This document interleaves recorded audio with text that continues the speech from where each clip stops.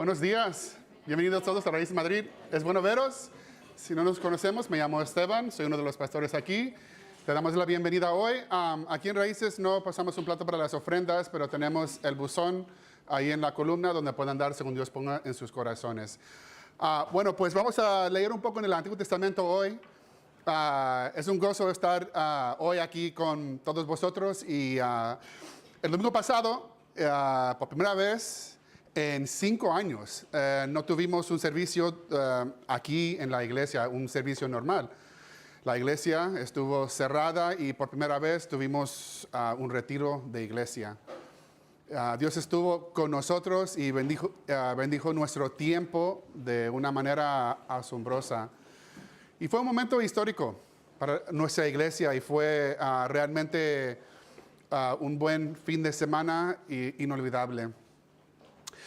La mejor parte del fin de semana fue la obra espiritual que Dios hizo en las personas, creo. Y tuvimos 2 adolescentes que decidieron que querían bautizarse. Y había un río hermoso junto al campamento. Y todos caminamos hasta el río y bautizamos a los 2. Y fue verdaderamente un tiempo bendecido. Y el versículo tema de nuestro retiro fue Éxodo 33, 14. Y quiero compartir un poco de ese versículo hoy. Y vamos a hablar de varias cosas en el Antiguo Testamento. Ese versículo dice, y él dijo, Dios hablando a Moisés, mi presencia irá contigo y te daré descanso. Y este versículo es una palabra pronunciada por el Señor cuando los israelitas estaban por salir del monte Sinaí. Si conoces la Biblia, si conoces la historia, caminó a la tierra prometida. Y esta parte de la historia de Israel es tan importante, el Éxodo, y clave, no solo para el pueblo judío, sino para todos los cristianos que vendrían por medio de Jesús. El Éxodo, el Mar Rojo, el tiempo en el monte Sinaí y el viaje hacia y dentro de la tierra prometida. El versículo tema es bello por sí mismo, hablando de la presencia de Dios que va con su pueblo y una promesa de descanso. Qué consuelo saber que Dios está con nosotros, amén, que va con nosotros y que nunca nos deja en nuestro camino. ¿Y a quién no le encanta la idea del descanso? Esas son 2 verdades que apuntan a un cuadro precioso para el pueblo de Dios y pueden ser una gran fuente de consuelo. Entonces, el contexto más amplio de Éxodo 33 es que Moisés tiene una comunión con Dios como nadie más. Y mientras guía al pueblo de Dios, mantiene este diálogo abierto con Dios antes de salir del monte Sinaí, camino a la tierra prometida. Y Moisés consulta con Dios para asegurarse de que todas las promesas que Él le dio siguen en vigor. A veces nos encontramos en esos momentos de nuestra vida, ¿verdad? Así que le recuerda a Dios y luego le pregunta si las promesas permanecen. Dios, tú has dicho que irías con nosotros y dijiste que he hallado gracia ante tus ojos. Y Moisés busca que Dios confirme las promesas porque sabe que el pueblo es difícil y porque sabe que el viaje es imposible a menos que el Señor vaya con ellos.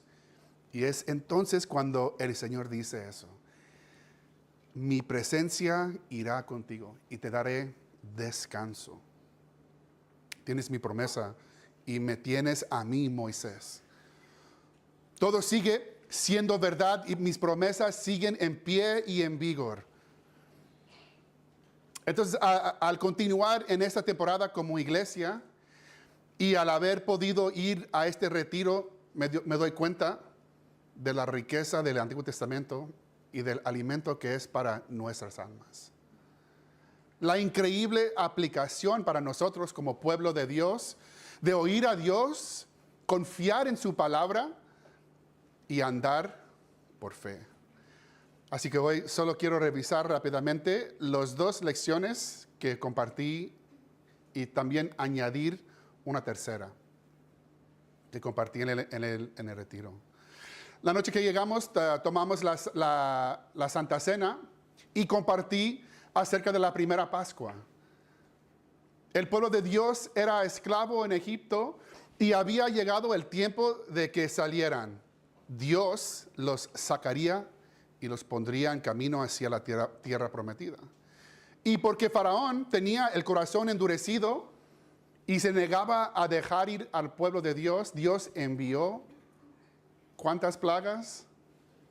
10 plagas, ¿verdad? Distintas, para mostrar su poder y llevar a Faraón a ese punto en el que finalmente dejaría que los israelitas salieran libres de la esclavitud de Egipto.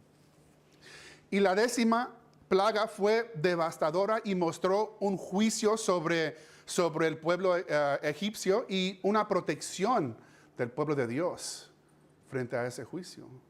Y hay un contraste increíble durante toda esta historia en el Éxodo, mientras los israelitas están preparándose para salir de Egipto. Pero había una manera de permanecer a salvo y protegido de ese juicio, ¿verdad? El pueblo debía llevar un cordero o cabrito macho a su casa o cerca de ella. Tenía que ser de 1 año y sin defecto.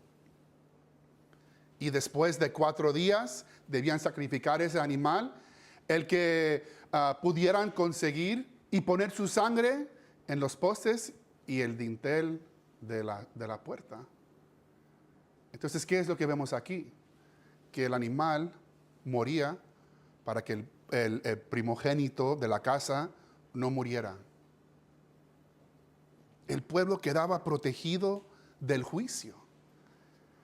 El pueblo quedaba protegido del juicio, y este gran acontecimiento llamado la Pascua es algo que el pueblo celebraría perpetuamente.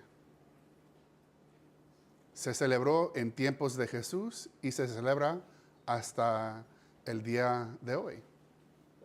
Lucas 22, 14, si quieres leer conmigo. Cuando era la hora, se sentó a la mesa y con él los apóstoles. Y les dijo: cuánto he deseado comer con vosotros esta Pascua antes que padezca. Porque os digo que no lo comeré más hasta que se cumpla en el reino de Dios. Algo interesante que Cristo dice ahí en la Santa Cena, la última noche de su vida. Este momento es tan especial que Jesús deseó profundamente compartir con sus discípulos antes de su crucifixión. Está directamente ligado al Éxodo y a los acontecimientos que sucedieron más de 1000 años antes, cuando Dios salvó a su pueblo del juicio, haciendo que un cordero o un cabrito muriera en su lugar. Una figura de lo que habría de venir y de lo que Jesús, el Cordero de Dios, cumpliría. Y una de las cosas más curiosas de aquella noche en que Jesús compartió la Pascua con sus discípulos fue el momento de la copa de vino que bebieron.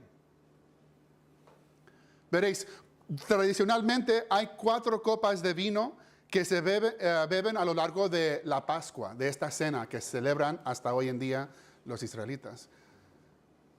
Cada una simboliza algo muy importante.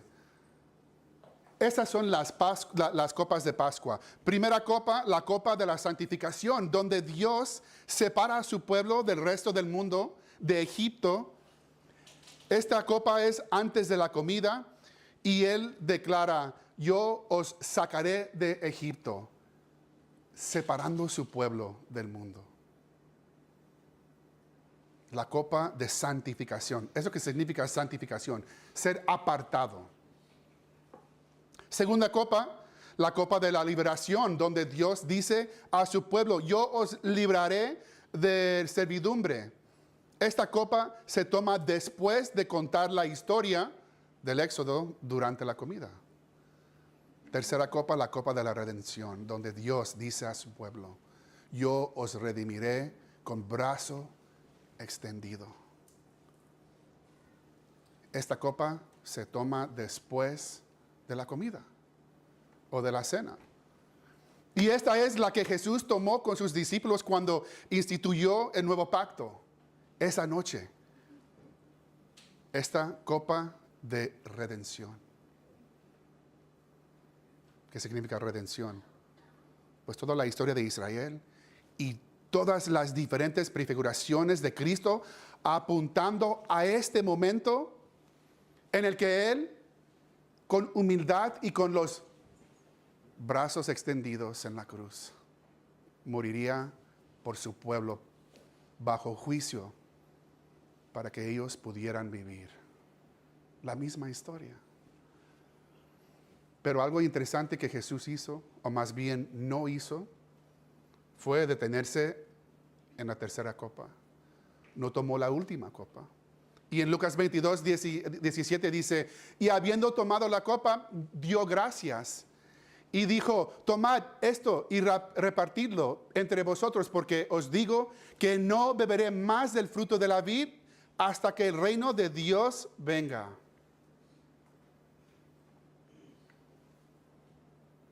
Dejó la cuarta copa para otro día, para el futuro. Esta copa se llama, la copa llamada Hillel, la copa de la alabanza y la copa de restauración, donde Dios promete que tomará a su pueblo para que sea suyo para siempre. Y un día Israel será verdaderamente restaurado conforme a la palabra de Dios.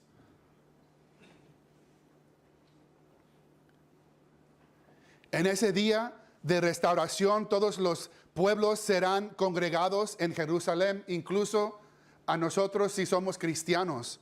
Estaremos ahí.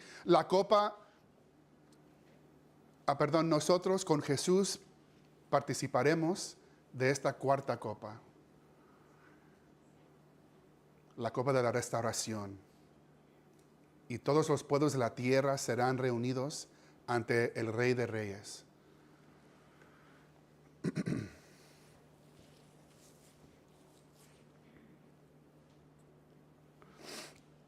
Mientras Él gobierna y reina desde Jerusalén. ¿Puedes apagarlo, por favor? Ok.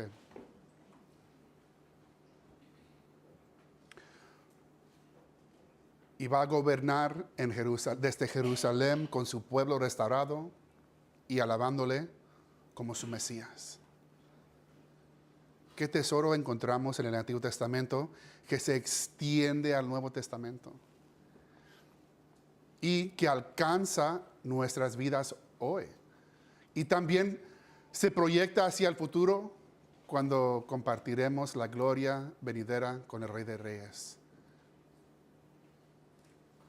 El segundo mensaje que compartí en el retiro fue acerca del mandato de Dios de dejar descansar su tierra.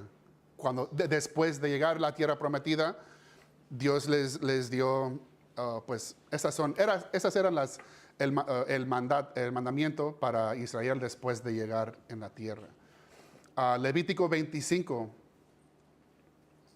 El Señor dijo a Moisés en el monte Sinaí, habla a los hijos de Israel, cuando hayáis entrado en la tierra que yo os doy, la tierra deberá reposar en honor del Señor. 6 años sembrarás tus terrenos. 6 años podarás tu viña y recogerás sus frutos. Pero el 7º año la tierra tendrá descanso, reposo para el Señor. No sembrarás tus terrenos ni podarás tu viña. No cosecharás lo que de por sí nazca en tu tierra segada. Y las uvas de tu viñedo no vendimiarías.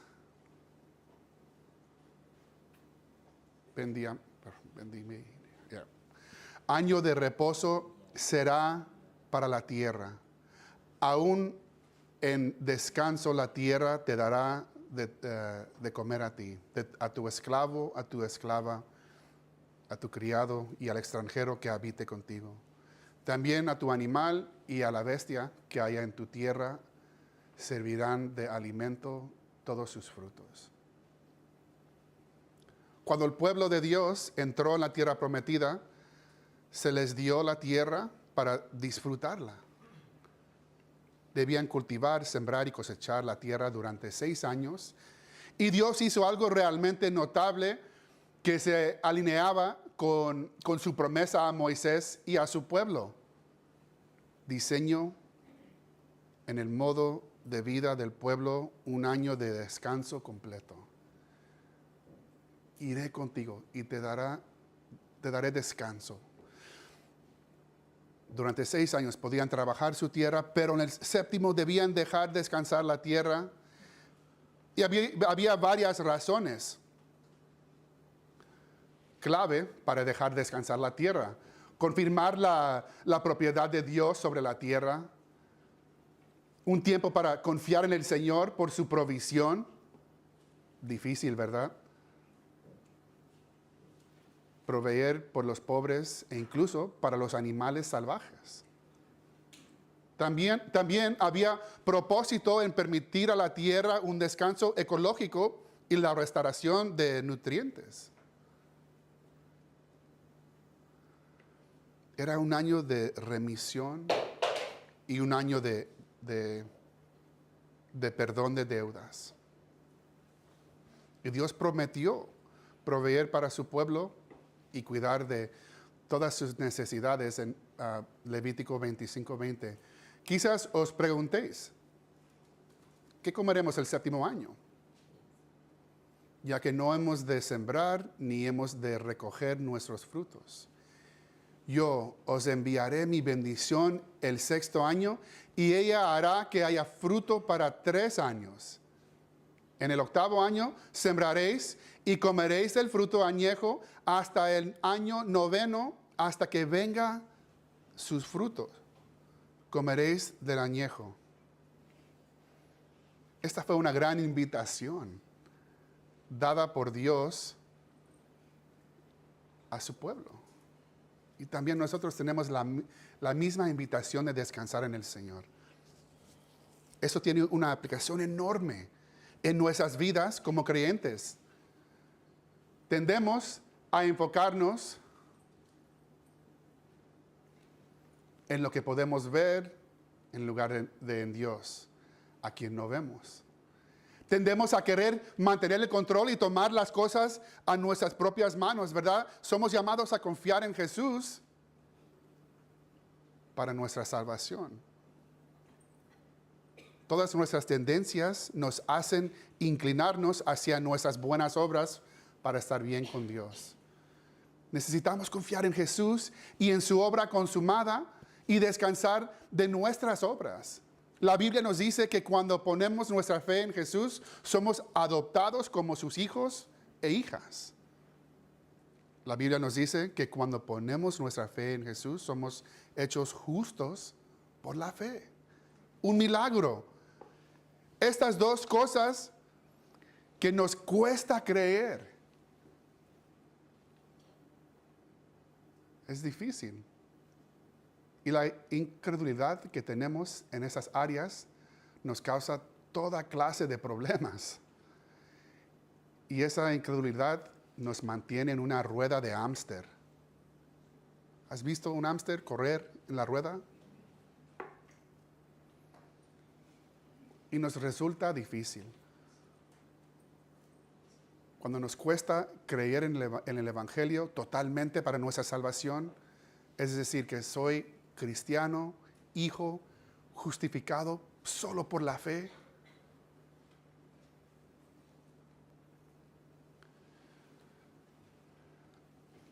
Cuando no podemos confiar en eso diariamente, nos resulta difícil descansar de nuestras obras, impulsados a centrarnos en hacernos mejores cristianos. y trabajando en nuestras fuerzas para completar buenas obras delante de Dios, para sentirnos aceptados. ¿Te has sentido así en algún momento como cristiano? Tengo que hacer algo para ser aceptado, para sentirme mejor, para sentirme que soy aceptado por Dios. A confiar en Jesús y en todo lo que Él hizo para nuestra posición delante de Dios.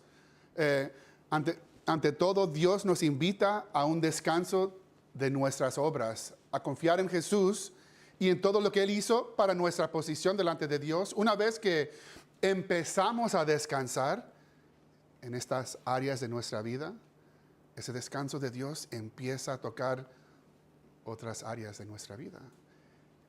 Empezamos a descansar en Dios respecto a nuestras relaciones, nuestro matrimonio y nuestros hijos. Cuando este mundo no mantiene corriendo, nos mantiene corriendo para ganar más ingresos y donde siempre parece haber escasez, cuando empezamos a descansar en Jesús para nuestra salvación, podemos empezar a descansar en Jesús respecto a nuestras finanzas. El tesoro del Antiguo Testamento que encontramos en la invitación de Dios a dejar descansar a su pueblo es una de las mayores lecciones para nosotros como creyentes. Era más fácil para el pueblo de Dios trabajar su tierra, ¿verdad? Ese 7º año, porque así no tenían que confiar en Él. Podían, en cierto sentido, mantener el control, trabajando su tierra y no descansando. Y eso tiene mucha aplicación para ti, creyente. Incluso si no eres creyente, yo creo que eso tiene una aplicación para ti.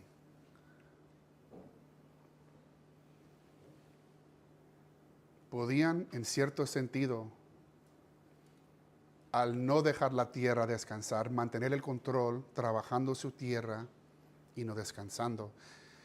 Y encontramos las mismas tendencias en el mundo cristiano y en cada iglesia, creo. Y somos llamados a confiar en un Salvador que no vemos mientras navegamos este mundo en el que constantemente dependemos de lo que vemos. Y eso lleva a la intranquilidad, a una vida cristiana frustrada, a relaciones rotas y a una falta de la abundancia de Dios en nuestra vida.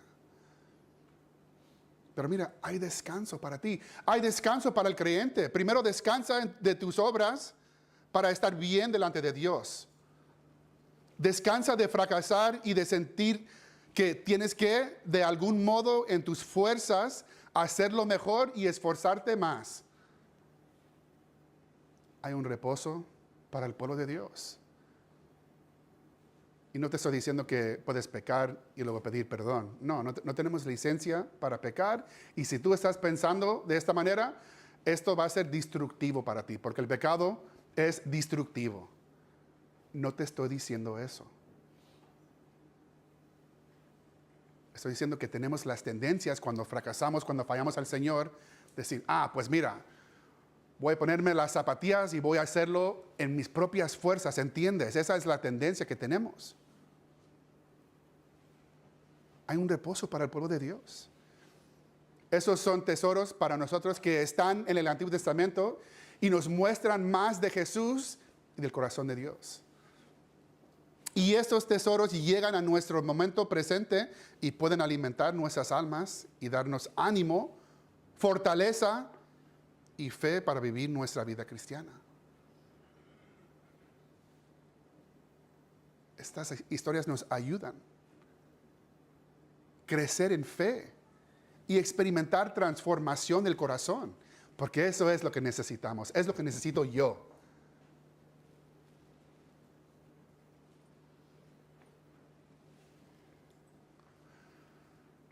Por consiguiente, la Biblia, lo creas o no, aborda todos los aspectos de la vida. Agustín es uno de los cristianos más influyentes de la historia.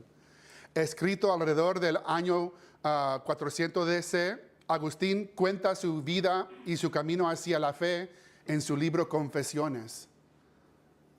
En este libro encontramos una de las expresiones más perdurables de la realidad de la condición humana. Dice: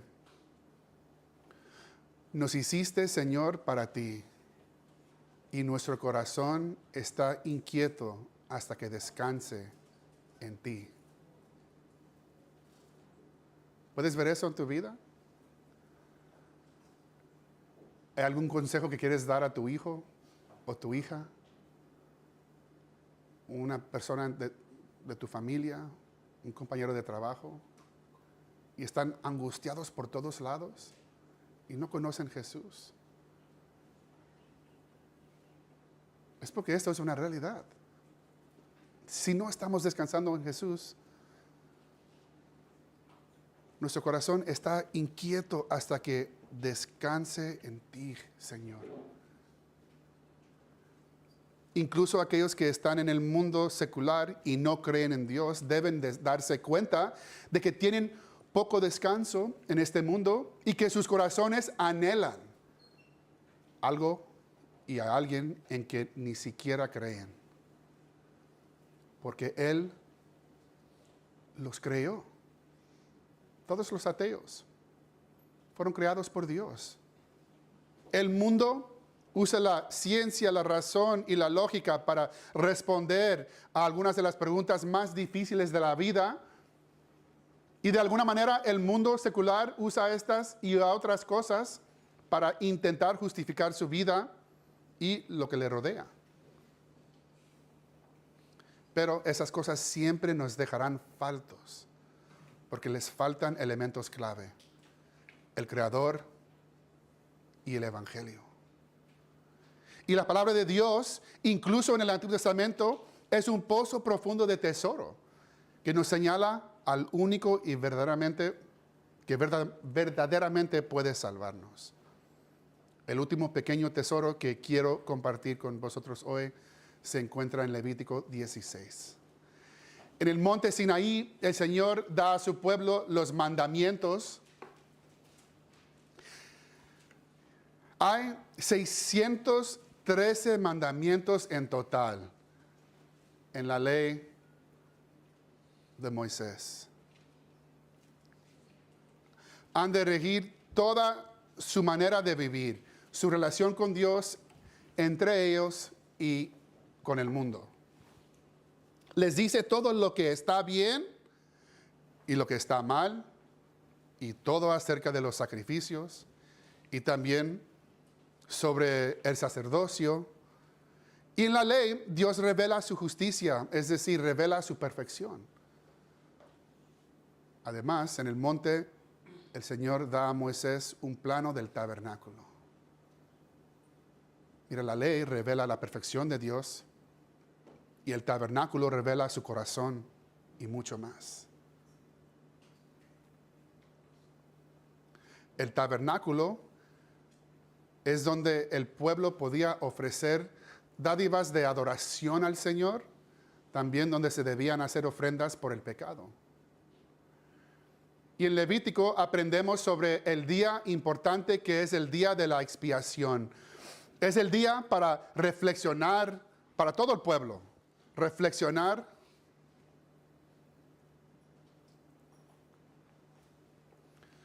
sobre los pecados cometidos en el año pasado, ofreciendo un sacrificio en lugar del pueblo y haciendo reparación en esa relación. Así comienza. El sumo sacerdote, en este caso Aarón en la historia, debía bañarse y ponerse sus vestiduras sacerdotales. Y debía escoger un becerro de la manada y también escoger 2 machos cabríos. 3 animales. Ahora bien, el becerro debía ofrecerse por su pecado y por el pecado de su casa. Es decir, del sumo sacerdote y su casa. ¿Por qué? El sumo sacerdote también era solo un hombre apartado por Dios para un propósito y una obra una obra específica, pero un hombre con naturaleza pecaminosa, no obstante. Así que ofrecía al becerro por sus pecados y por los pecados de su casa. Entraba en el tabernáculo, pasaba por el lugar santo y entraba en el lugar santísimo. El tabernáculo, si no has visto algún vídeo, algo así, tenía el área que estaba fuera y luego tenía dos áreas principales dentro. El lugar santo donde entraban todos los sacerdotes para llenar la lámpara de aceite, el incienso y también poner el pan en la mesa. Pero había un velo muy grueso al final del lugar santo que estaba en la entrada del lugar santísimo. Y en ese lugar estaba el arca del pacto y el asiento de la misericordia. Y allí es donde la presencia de Dios moraba en medio de su pueblo. Y el tabernáculo es una muestra asombrosa del corazón de Dios y de su deseo de habitar entre su pueblo. Él desea estar cerca. Pero el problema es el pecado. Así que allí Dios les dio una manera de tratar con el pecado. Aarón sacrificaba al becerro y llevaba parte de su sangre al lugar santísimo y rociaba parte de la sangre sobre el propiciatorio, la silla de misericordia, sobre el arca del pacto. Y también rociaba sangre en el suelo delante del arca, haciendo expiación por sus pecados y haciéndose puro, habiendo muerto un sustituto en su lugar. Después de eso, escogía uno de los dos machos cabríos, y mira lo que dice Levítico 16:15. Después degollará el macho cabrío como expiación por el pecado del pueblo. Llevará la sangre detrás del velo interior y hará con su sangre como hizo con la del becerro. La esparcirá sobre y delante del propiciatorio. Así purificará el santuario y a causa de las impurezas de los hijos de Israel, de sus rebeliones y de todos sus pecados. De la misma manera hará también con el tabernáculo de reunión que está entre ellos y en medio de sus impurezas. Ningún hombre estará en el tabernáculo de reunión cuando él entre y a hacer la expiación en el santuario, hasta que él salga. Cuando haya hecho expiación por sí mismo, por su casa y por toda la comunidad de Israel, saldrá hacia el altar que está delante del Señor y lo expiará. Tomará de la sangre del becerro y de la sangre del macho cabrío y lo pondrá sobre los cuernos alrededor del altar. Esparcirá sobre él de la sangre con su dedo, 7 veces. Así lo limpiará y lo sacrificará de las impurezas de los hijos de Israel.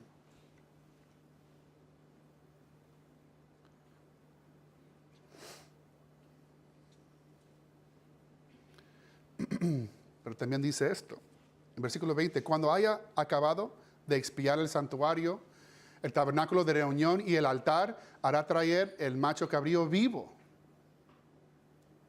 Pondrá Aarón sus 2 manos sobre la cabeza del animal y confesará sobre él todas las iniquidades de los hijos de Israel, todas sus rebeliones y todos sus pecados. Así los pondrá sobre la cabeza del macho cabrío y lo soltará en el desierto por medio de alguien destinado para ello.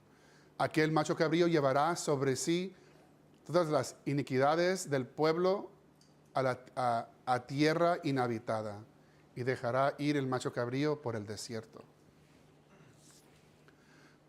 Primero se hacía expiación por sí mismo, luego el sumo sacerdote hacía expiación por el pueblo y por el tabernáculo, reconociendo la realidad de los pecados del pueblo. Un sustituto muriendo también en lugar del pueblo. Es interesante notar que nadie más podría entrar en el tabernáculo mientras todo esto se hacía. Había exclusividad. Solo los levitas podían hacer la obra alrededor del tabernáculo. Solo los sacerdotes podían entrar en el tabernáculo y solo el sumo sacerdote podía entrar en el lugar santísimo una vez al año. Cada paso más cerca de la presencia de Dios era más exclusivo. ¿Por qué? Porque Dios es santo y el pueblo es pecador y la paga del pecado, la consecuencia del pecado es siempre la muerte. Alguien o algo necesita pagar ese precio, pero Dios, deseando estar cerca de su pueblo, proveyó una manera, y eso es lo que es el tabernáculo y luego después el templo, para que esa deuda fuese pagada por un animal inocente. Y así se ofrecía un sacrificio de los pecados del pueblo para hacer expiación, pero no terminaba ahí. Todavía había un macho cabrío más involucrado en el asunto. El macho cabrío vivo saliendo del campamento en una figura de que el pecado es quitado del pueblo. Salmo 103:11 dice, porque como la altura de los cielos sobre la tierra, engrandeció su misericordia sobre los que le temen. Cuanto está lejos el oriente del occidente, hizo alejar de nosotros nuestras rebeliones. Como el Padre se compadece de los hijos, se compadece Jehová de los que le temen, porque Él conoce nuestra condición, se acuerda que somos polvo. Qué cosa tan asombrosa que Dios, por medio de su pueblo, comunique la historia de amor más grande, que en la redención de su pueblo de Egipto empezará a contar la historia mayor. Que esas ofrendas y sacrificios se hicieron años tras años y fueran una promesa de lo porvenir.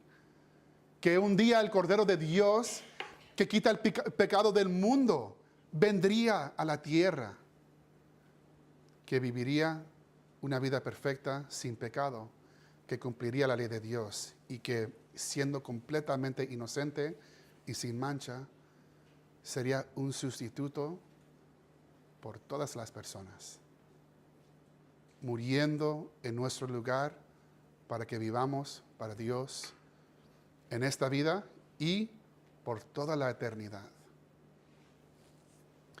Hebreos 9:11 dice, pero estando ya presente Cristo, sumo sacerdote de los bienes venideros, por el más amplio y más perfecto tabernáculo, no hecho de manos, es decir, no de esta creación, y no por sangre de machos cabríos ni de becerros, sino por su propia sangre entró una vez para siempre en el lugar santísimo, habiendo obtenido eterna redención. Dios siempre contando esta historia. Ve, todos los tesoros del Antiguo Testamento se cumplen en Jesús. El Cordero Pascual que vemos en Éxodo nos habla de un día mayor. El tabernáculo y todos sus propósitos con el sacerdocio y los sacrificios nos señalan al que es mayor y cuya obra traería una redención mayor y final.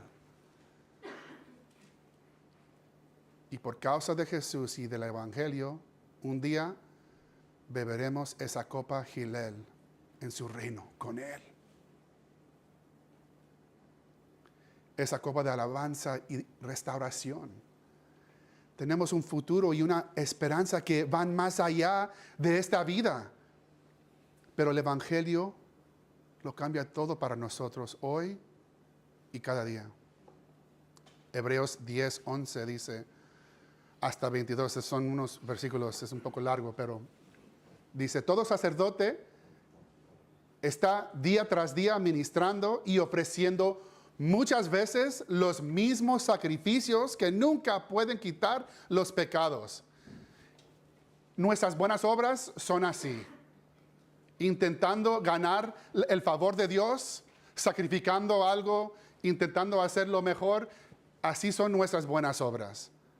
Pero mira lo que dice en versículo 12. Pero Cristo, después de haber ofrecido de una vez y para siempre un solo sacrificio por los pecados, un solo sacrificio para los pecados, se ha sentado a la diestra de Dios. Ahí estará esperando hasta que sus enemigos sean puestos por estrado de sus pies. Y así, con una sola ofrenda, hizo perfectos para siempre a los santificados. Perfectos.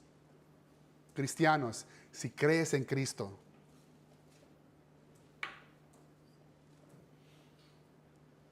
el Espíritu Santo nos atestiga lo mismo, porque después de haber dicho, este es el pacto que haré con ellos después de aquellos días, dice el Señor, pondré mis leyes en sus corazones y en sus mentes escribiré. Añade, y nunca más me acordaré de sus pecados y transgresiones. Ahora bien, si los pecados han sido perdonados, ya no hace falta ninguna ofrenda por el pecado. Así que hermanos, tenemos libertad para entrar en el lugar santísimo por la sangre de Jesucristo, por el camino nuevo y vivo que Él nos abrió a través del velo, esto es, de su cuerpo. También tenemos un gran sacerdote sobre la casa de Dios. Acerquémonos pues con corazón sincero, llenos de fe, purificados los corazones de la mala conciencia y lavados los cuerpos con agua pura. Entonces puede ver lo que Dios estaba haciendo a través de todo el Antiguo Testamento. Y aquí este libro está escrito Hebreos para los hebreos de ese día que conocieron a Jesús, pero luego querían volver a la ley. El sacerdocio, el tabernáculo y los sacrificios son todos una figura de Dios. Él ha hecho una ofrenda por el pecado de una vez y para siempre. Y nos abrió a través del velo, esto es, de su carne, de su cuerpo, el lugar santísimo. ¿Entiendes? Un lugar donde antes podía entrar el sumo sacerdote una vez al año. Estamos libres ahora para entrar en la presencia de Dios por fe. No hay exclusividad entre Dios y el hombre. Si el hombre pone su fe en Jesús. Hebreos 4:16. Acerquémonos pues confiadamente al trono de la gracia para alcanzar misericordia y hallar gracia para el oportuno socorro. Cristo, Él es el camino nuevo y vivo. Él es el capitán de nuestra salvación. Si no eres creyente y hoy estás aquí y buscas reposo en tu vida y mejores promesas de la vida venidera, quiero decirte que eso solo se encuentra en una persona, en Jesucristo. El mundo secular te venderá una mercancía engañosa en la que tiene confianza. Y porque tanta gente ha aceptado esa mercancía engañosa y cree lo que el mundo vende, te sientes reconfortado al ver que no estás solo. Mira, tanta gente que cree en la misma cosa. Es una mentira. Es una mentira. Pero me atrevo a apostar que el verdadero descanso te resulta esquivo. Y me atrevo a asegurar que temes por el futuro y tienes poca esperanza para la vida más allá de esta vida. Lo que el mundo te ha vendido es una mentira, es inútil y no tiene promesa y roba en lugar de dar a tu vida. No tienes que quedarte en tu estilo de vida porque el mundo lo haya aprobado. Y cualquier cosa en este mundo y cualquier estilo de vida que sea contrario a la palabra de Dios no es tu identidad. Puedes ser hecho nuevo en Jesús y puedes ser libre de temor y puedes tener esperanza para el futuro. Él es la única fuente de reposo y de salvación.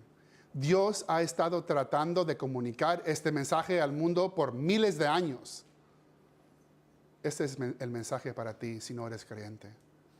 Y para el creyente, mis hermanos y hermanas que conocen a Jesús,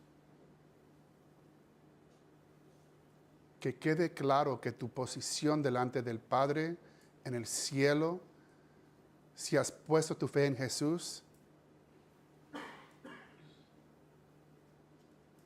es la de hijo justificado y santificado por la fe. Y si algo se interpone entre tú y creer estas verdades y vivirlas, sea tu propia fuerza, tus buenas obras u otra filosofía que te haga sentir bien delante de Dios, estás creyendo en un mensaje que es anticristo. Eso no es el Evangelio. Necesitas, por la gracia de Dios, identificar esa doctrina mortal en tu sistema de creencias y permitir que la palabra de Dios y el Espíritu Santo la extirpen de ti. Es como un cáncer. Si te falta gozo y descanso en tu vida espiritual y en tu cristianismo, algo va mal. Estás en pecado y estás miserable, o has creído una mentira por encima de creer en el Evangelio de Jesucristo. Y te tiene en una rueda de hámster, corriendo y corriendo. Y estás cansado. No hay descanso. Y no hay ni una buena obra, ni cosa buena que mejore tu posición delante de Dios, ¿entiendes? Siempre ha sido y siempre será por la fe en Jesús. Descansar en el Evangelio y descansar de las obras que piensas que te hacen mejor delante de Dios es el comienzo. Y es este reposo primario el que conducirá a reposo en otras áreas de tu vida. La invitación de Dios a su pueblo a dejar descansar la tierra es una figura del amor y del cuidado de Dios por su pueblo. Y dejar descansar la tierra no habría exigido más trabajo. Hubiera requerido fe que conduciría a menos trabajo y conduciría al descanso. Amén. Señor, gracias por este día. Gracias por tu palabra. Queremos celebrar tu nombre. Queremos seguir celebrando tu nombre. Te pido que penetres el corazón de cada uno aquí, Señor. Que pueden seguir creyendo, poniendo la fe en ti, Señor.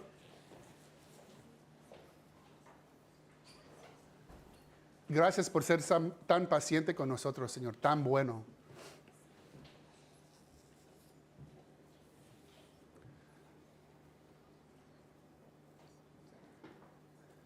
Estamos en una carrera corriendo, Señor. Y lo que creemos cada día tiene un impacto en nuestra vida. ¿Cómo estamos creyendo? ¿Y cómo estamos corriendo? Y te pido que cada uno aquí, Señor, puede dejar sus buenas obras y empezar a poner su fe en ti para todo, Señor. No solo para salvación o para la vida eterna más allá de esta vida, pero hoy, cada día, para poder amar a los demás, porque es difícil e imposible para nosotros, para poder confiar en ti en todas las áreas de su vida, con sus sueños, con sus anhelos, con sus deseos.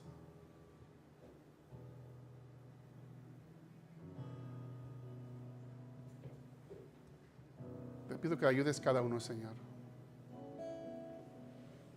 encontrar ese descanso en ti, Señor. Te pido que muestres a nuestros corazones que tú eres la meta de todo esto.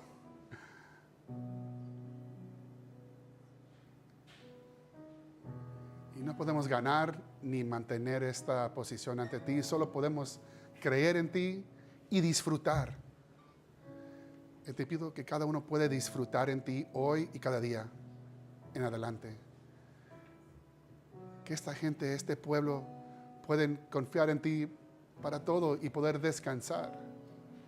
Primeramente de sus obras, pero luego después de todo lo demás. Gracias por este día, Señor. Gracias por tu gracia y misericordia en nuestras vidas. Queremos creer todo lo que has hecho por nosotros. Y muéstranos, por favor. Ayúdanos a identificar estas áreas de incredulidad en nuestra vida.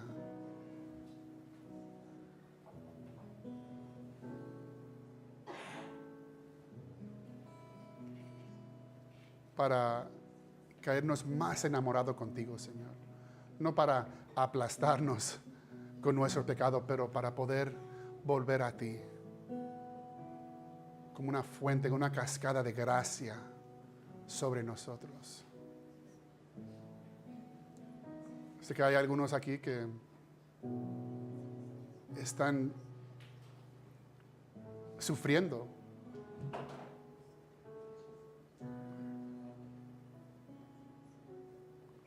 por ser heridos, por ansiedad o depresión, conflictos con familia, amigos, compañeros de trabajo, o también enfermedad, Señor.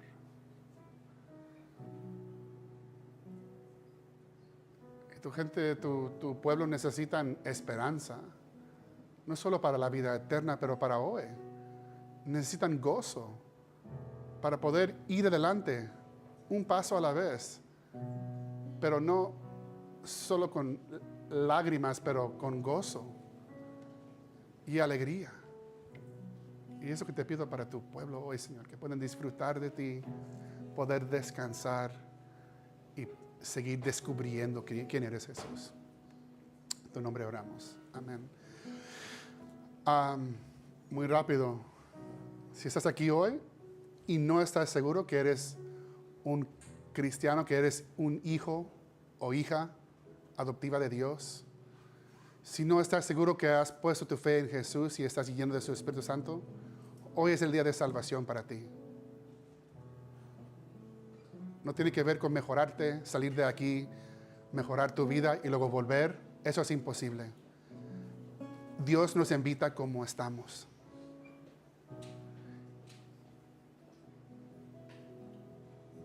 Y puedes aceptar lo que Cristo hizo por ti hoy.